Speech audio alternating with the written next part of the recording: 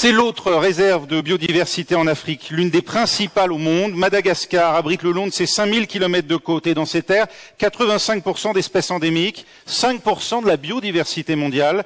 C'est le premier parmi les 5 pays dits méga divers. Oui, mais cet écosystème est menacé. Madagascar a perdu près de la moitié de ses forêts ces 60 dernières années. Chaque année, ce sont près de 150 000 hectares qui partent en fumée. Alors, que faire? Pour en parler, j'appelle à me rejoindre à présent le président de Madagascar, M. Hans Radzoel. Monsieur le Président, bonjour, si vous voulez bien venir avec moi. On l'a entendu, il y a effectivement beaucoup d'initiatives qui sont prises aujourd'hui. C'est le One Planet Summit, c'est l'occasion effectivement de s'engager aussi, de faire le point sur les engagements qui ont été pris dans le passé. Vous voulez-vous faire de celle qu'on appelle l'île rouge, l'île verte? Expliquez-nous. Merci. Tout d'abord, je tiens à situer où se situe Madagascar. Madagascar est la plus grande île de l'océan Indien et du continent africain. Quand vous regardez la carte du monde, c'est la plus grande île. En fait, vous n'allez pas rater Madagascar qui se situe au sud-est de l'Afrique et il est facilement identifiable, mais souvent ignoré. Et c'est pour cette raison que j'aimerais situer où se situe Madagascar. Et d'ailleurs, dans le classement mondial des pays détenteurs d'une méga biodiversité, Madagascar est le numéro 1 du top 10. Nous détenons 85% des espaces endémiques et 5% de la biodiversité mondiale. Malheureusement, nous ne sommes pas épargnés du changement climatique, car 45% de diminution de la surface des forêts ont été spécifiés et notés en 60 ans. 150 000 hectares de déforestation par an.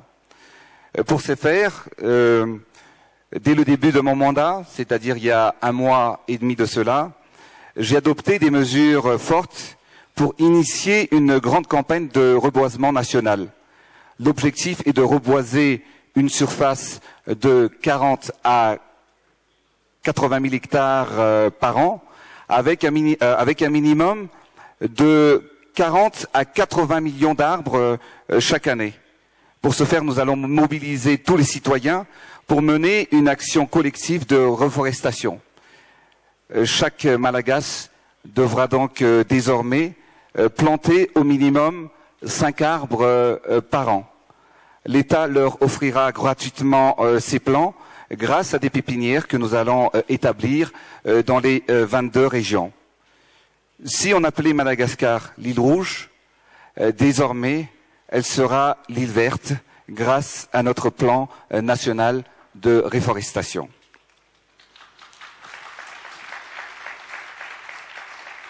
Les Malagas cuisent également leur repas avec du bois de chauffe ou du charbon de bois depuis plusieurs siècles.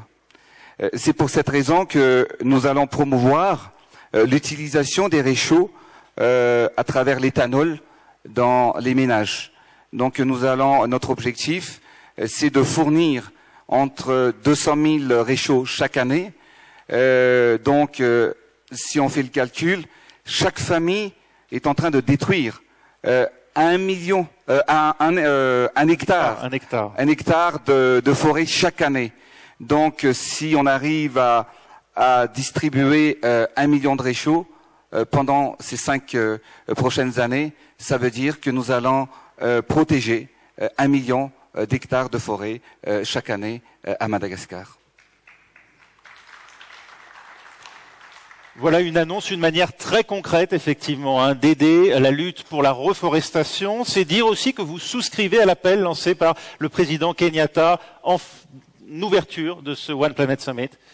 Ma présence ici marque la volonté de Madagascar à se joindre à la grande famille des Nations Unies, mais Madagascar soutient aussi à l'appel du président Kenyatta dans cette initiative pour la reforestation et la préservation des forêts. Votre programme, Andrzej Zoel, qui fait suite à votre élection, vous l'avez rappelé il y a un mois, répond à une urgence sociale. Comment votre politique environnementale peut-elle se concilier avec ce besoin, cette demande sociale? Nous allons mettre en place un plan d'urgence sociale dans le domaine de la santé, de la sécurité et de l'éducation. Mais des mesures seront également prises pour l'environnement, car actuellement, seulement 15% de la population ont accès à l'électricité. Pour ce faire, nous allons adopter des solutions pour la vulgarisation des kits solaires, car actuellement, chaque Malgache dépense en moyenne 4 à 5 $ pour éclairer leur foyer. Mais à travers la vulgarisation des kits solaires, les ménages y vont déjà préserver l'environnement, mais également ils pourront payer entre 1 à 2 $ pour les kits solaires que l'État va fournir et qu'ils vont payer pendant 2 ans. Merci beaucoup, Monsieur le Président Andrzej Zoel, d'avoir répondu à l'appel du One Planet Summit. Merci de votre attention. Merci encore.